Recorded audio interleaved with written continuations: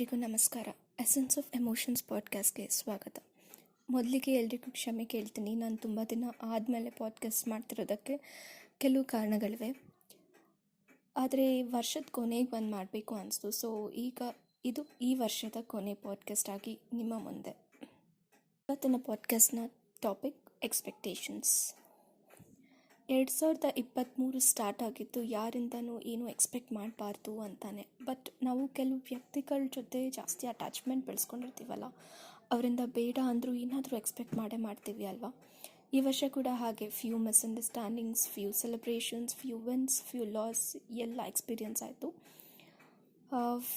ಹೊಸ ವ್ಯಕ್ತಿಗಳ ಆಗಮನ ಆದರೂ ಹಾಗೆ ಹಳೆ ವ್ಯಕ್ತಿಗಳ ನಿರ್ಗಮನವೂ ಆಯಿತು.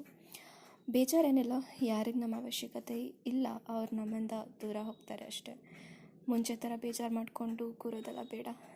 ನಾನು ಈ ವರ್ಷ ಏನೇನು ಪಾಠ ಕಲಿತೆ ಹೇಳ್ತೀನಿ ಕೇಳಿ. ಮೊದಲನೇ ವಿಷಯ, ಟ್ರೂ ಫ್ರೆಂಡ್ಶಿಪ್ಸ್ ಯಾವುದು ಅಂತ ಅರ್ಥ ಮಾಡ್ಕೊಳ್ಳಿ. ನಿಮ್ಮ ಜೊತೆ ನಗ್ತಾ ನಗ್ತಾ ಮಾತಾಡೋರೆಲ್ಲ ನಿಮ್ಮವರಲ್ಲ. ಯಾರ ಇಂಟೆನ್ಷನ್ಸ್ ಏನಿದೆ ಅಂತ ಅರ್ಥ ಮಾಡ್ಕೊಳ್ಳಿ.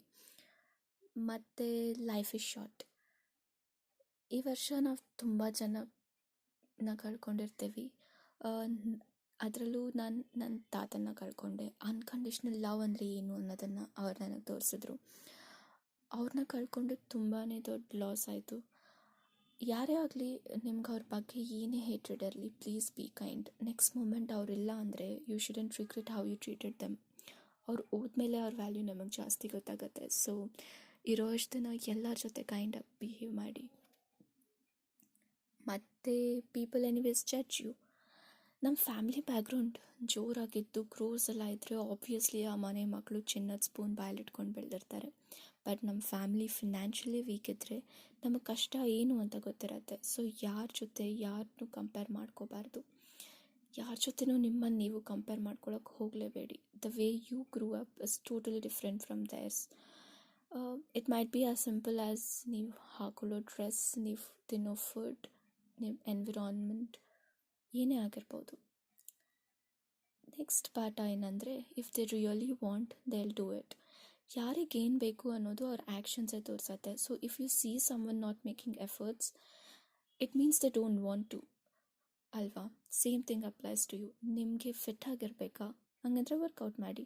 If you want to be rich, work hard and smart. So actions ತುಂಬ ಮ್ಯಾಟರ್ ಆಗುತ್ತೆ. Take actions.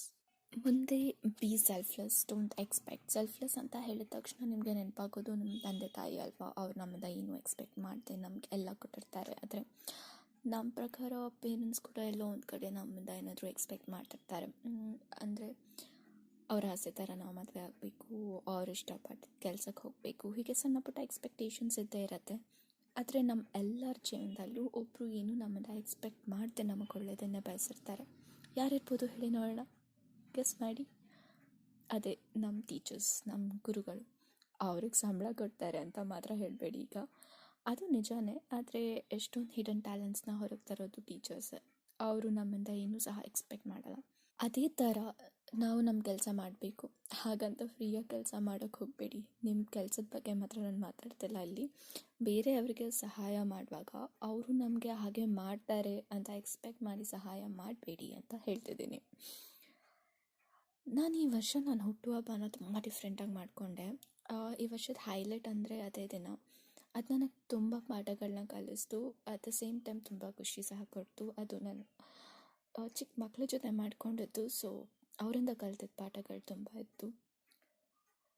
Screen time. ನಾವು ಎಷ್ಟು ಸ್ಕ್ರೀನ್ ಯೂಸ್ ಮಾಡ್ತೀವಿ ಅಂದರೆ ಮೊಬೈಲ್, ಲ್ಯಾಪ್ಟಾಪ್, ಟಿ ವಿ, ಓ ಮೈ ಗಾಡ್, ತುಂಬ. ಪಕ್ಕದಲ್ಲಿರೋರನ್ನ ಮರೆತು ಎಲ್ಲೋ ದೂರದಲ್ಲಿರೋರ ಜೊತೆ ಮಾತಾಡೋಕ್ಕೆ ವೆಯ್ಟ್ ಮಾಡ್ತಾ ಇರ್ತೀವಿ. ಒಂದ್ಸಲ ನೀವೇ ಯೋಚನೆ ಮಾಡಿ, ಅಪ್ಪ ಅಮ್ಮ ನಮ್ಮನ್ನು ಮಾತಾಡಿಸ್ತಿದ್ರು, ಸ್ಕ್ರೀನ್ ನೋಡಿಕೊಂಡೇ ನಾವು ಅವ್ರಿಗೆ ರಿಪ್ಲೈ ಮಾಡ್ತೀವಿ. ಮೊಬೈಲಿಂದ ಕಣ್ಣು ಆ ಕಡೆ ಈ ಕಡೆ ಹೋಗೋದೇ ಇಲ್ಲ. ಆದರೆ ಅವ್ರು ಜಾಸ್ತಿ ಯೂಸ್ ಮಾಡ್ತಿದ್ರೆ ನಿಮ್ಗೆ ಇದೆಲ್ಲ ಬೇಕಾ ಅಂತ ಕೇಳ್ತೀವಿ. ಎಸ್, ಸರಿ ಅಲ್ವಾ. ಆದಷ್ಟು ಇದನ್ನು ನಾವು ಅವಾಯ್ಡ್ ಮಾಡೋಕ್ಕೆ ಶುರು ಮಾಡಬೇಕು. 10-15 ವರ್ಷದ ಹಿಂದೆ ನಾವು ಹೋದರೆ, ನಾವು ಚಿಕ್ಕವರಿರುವಾಗ ಈ ಫೋನೇ ಇರಲಿಲ್ಲ ಅಲ್ವಾ. ಅವಾಗ ನಾವು ಹೇಗೆ ಟೈಮ್ ಪಾಸ್ ಮಾಡ್ತಿದ್ವಿ ಅಂತ ಯೋಚನೆ ಮಾಡಿ ಒಂದ್ಸಲ. ನಿಜಕ್ಕೂ ನಾವು ಎಷ್ಟು ಅಡಿಕ್ಟ್ ಆಗಿದ್ದೀವಿ ಅಂತ ಅವಾಗ ಗೊತ್ತಾಗುತ್ತೆ ನಮಗೆ. ನೋಡೋಣ, ನೆಕ್ಸ್ಟ್ ಇಯರಿಂದ ಆದಷ್ಟು ನೇಚರ್ ಜೊತೆ ಟೈಮ್ ಸ್ಪೆಂಡ್ ಮಾಡೋಣ, ಬೇರೆ ಬೇರೆ ಆ್ಯಕ್ಟಿವಿಟೀಸ್ನ ಕಲಿಯೋಣ. ಏನಾದರೂ ಕಲಿಯೋಕ್ಕೆ ಬರೀ 15 ಡೇಸ್ ಸಾಕು ಅಂತ ಹೇಳ್ತಾರೆ, ಬಟ್ ನಾವು ಈ ಫೋನಲ್ಲಿ ಇಷ್ಟು ವರ್ಷದಿಂದ ಮುಳುಗಿದ್ದೀವಿ. ಜಸ್ಟ್ ಇಮ್ಯಾಜಿನ್ ನಾವು ಇಷ್ಟೊತ್ತಿಗೆ ಏನೆಲ್ಲ ಕಲಿಬೋದಾಗಿತ್ತು ಅಂತ. ಸೊ ಸ್ಕ್ರೀನ್ ಟೈಮ್ ಕಡಿಮೆ ಮಾಡ್ಕೋಬೇಕು ಅನ್ನೋದು ನಾನು ಕಲ್ತಿದ್ದ ಪಾಠ ಈ ವರ್ಷ. ಮತ್ತು ಇನ್ನು ಈ ವರ್ಷದ ಟ್ರೆಂಡಿಂಗಲ್ಲಿದ್ದು ಜೆನ್ಸಿ ಟಾಪಿಕ್ ಅಲ್ವಾ, ಸೊ ಅದ್ರ ಬಗ್ಗೆ ಸ್ವಲ್ಪ ಮಾತಾಡೋಣ. ಪ್ರತಿ ವರ್ಷ ಮೆಂಟಲ್ ಹೆಲ್ತ್ ಬಗ್ಗೆ ಎಷ್ಟು ಅವೇರ್ನೆಸ್ ಕ್ರಿಯೇಟ್ ಮಾಡಿದ್ರು. ಈ ಜನ್ರೇಷನ್ ತುಂಬ ಕೂಲ್ ಅಂತ ತೋರಿಸ್ಕೊಂಡು ಓಡಾಡ್ತಿರ್ತಾರೆ.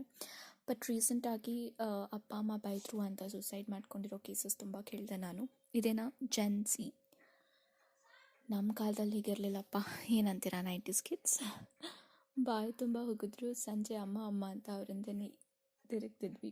ಈಗಿನ ಥರ ರೂಮ್ ಬಾಗಿಲು ಹಾಕ್ಕೊಂಡು ಫೋನಲ್ಲಿರೋ ಕಮೆಂಟ್ಸ್ ನೋಡಿಕೊಂಡು ಸೂಸೈಡ್ ಮಾಡ್ಕೊಳ್ಳೋ ಅಷ್ಟು ವೀಕ್ ಇರಲಿಲ್ಲ ನಾವು. ಸದ್ಯ ಟಚ್ ವುಡ್, ನಾನಿಲ್ಲಿ ಯಾರನ್ನೂ ಟಾರ್ಗೆಟ್ ಮಾಡಿ ಮಾತಾಡ್ತಿಲ್ಲ. ಜಸ್ಟ್ ನಾನೇನು ಹೇಳ್ತಿದ್ದೀನಿ ಅಂದರೆ, ಏನಾದರೂ ಫೇಸ್ ಮಾಡೋದನ್ನು ಕಲಿಬೇಕು. ಮನೆಯವ್ರನ್ನೇ ಫೇಸ್ ಮಾಡೋಕ್ಕಾಗಲಿಲ್ಲ ಅಂದರೆ ಹೊರಗೆ ಪ್ರಪಂಚ ಹೇಗೆ ಫೇಸ್ ಮಾಡ್ತೀರಾ ಅಲ್ವಾ? One another and final lesson ಏನಪ್ಪ ಅಂದರೆ, love your family and closed once. ಯಾವಾಗ ಏನಾಗುತ್ತೆ ಅಂತ ಗೊತ್ತಿಲ್ಲ, ಸೊ ಎಲ್ಲ ಮೂಮೆಂಟ್ನ ಎಂಜಾಯ್ ಮಾಡಿ. ಕೋಪ ಬರುತ್ತೆ, ಜಗಳ ಆಡ್ತೀವಿ, ಬಟ್ ಮನುಷ್ಯತ್ವ ಕಳ್ಕೊಳ್ಳೋ ಲೆವೆಲ್ಗೆ ಹೋಗಬೇಡಿ. ಹುಟ್ಟಿದವರೇ ಮದುವೆ ಮಕ್ಕಳು ಆದಮೇಲೆ ದಾಯದಿಗಳಾಗಿರೋ ಕತೆ ಕೇಳೋದು ಬಿಡಿ. ನಾನು ಕಣ್ಣಾರೆ ನೋಡ್ತಿದ್ದೀನಿ. ಸೊ ಯಾವಾಗ ಬೇಕಾದ್ರೂ ಚೇಂಜ್ ಆಗ್ತಾರೆ. ನಿಮ್ಮ ಜೊತೆ ಲಾಯಲ್ ಆಗಿರೋ ಫ್ರೆಂಡ್ಸ್, ರಿಲೇಟಿವ್ಸ್, ಎಸ್ಪೆಷಲಿ ನಿಮ್ಮ ಅಪ್ಪ ಅಮ್ಮನ ಚೆನ್ನಾಗಿ ನೋಡ್ಕೊಳ್ಳಿ. ಜಾಸ್ತಿ ಮಜಾ ಮಾಡಿ, ಆರೋಗ್ಯವಾಗಿರಿ. ನಿಮ್ಗೇನು ಬೇಕೋ ಅದನ್ನು ಪಡ್ಕೊಳ್ಳೋಕ್ಕೆ ಪ್ರಯತ್ನ ಬಿಡಬೇಡಿ. ಎಲ್ರಿಗೂ 2024 ಒಳ್ಳೆಯದೇ ಮಾಡಲಿ. ಆ್ಯಕ್ಚುಲಿ ಇದು ನಮಗೆ ಹೊಸ ವರ್ಷ ಅಲ್ಲ, ಕ್ಯಾಲೆಂಡರ್ ಇಯರ್ ಅಷ್ಟೇ. ನಮಗೆಲ್ಲರೂ ಯುಗಾದಿನೇ ಹೊಸ ವರ್ಷ. ಆದರೂ ನಮ್ಮದೊಂದು ವಿಶ್ ಇರಲಿ ಅಲ್ವಾ? ಸೊ ಎಲ್ರಿಗೂ ಹೊಸ ವರ್ಷದ ಶುಭಾಶಯಗಳು. ಇದೇ ಇವತ್ತಿನ ಪಾಡ್ಕಾಸ್ಟ್. ಮತ್ತೆ ಸಿಗೋಣ.